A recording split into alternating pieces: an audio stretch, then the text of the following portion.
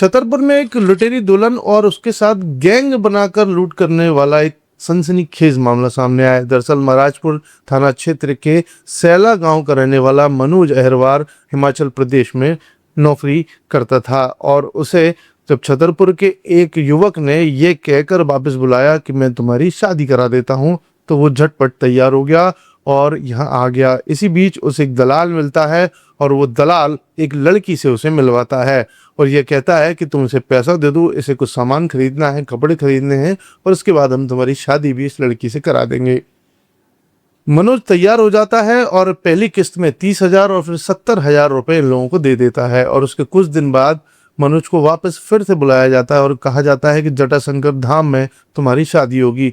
बकायदा शादी होती है और एक युवती उसकी पत्नी बन जाती है। लेकिन जब उसे लेकर ये वापस छतरपुर आते हैं तो उस पत्नी के साथ एक आकाश प्रजापति नाम का लड़का आता है जो उस गैंग का सदस्य था। और माजरा ये होता है कि आकाश और उसकी पत्नी एक साथ एक कमरे में सोते हैं और पति को बाहर सुला दिया जाता है। पति को कुछ समझ में नहीं आता और दूसरे दिन जब उसका विरोध करता है तो सारे लोग एक साथ एक कमरे में सो जाते हैं। फिर अगले दिन पति से कहा जाता है कि शॉपिंग करने जाना है, गांव चलो।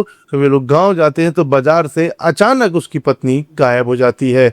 इस पूरे मामले में छतरपुर के एक युवक का नाम भी सामने आया है जो इस तरह की दलाली का काम करता है और अब सिविल लाइन पुलिस इस मामले की जांच कर रही है।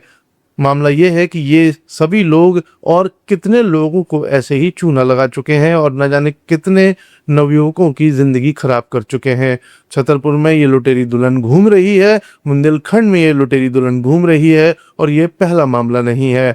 चिंता की बात यह है कि पुलिस इन्हें पकड़ पाती है या फिर इनका कोई अगला शिकार बहुत जल्दी सामने आने वाला है।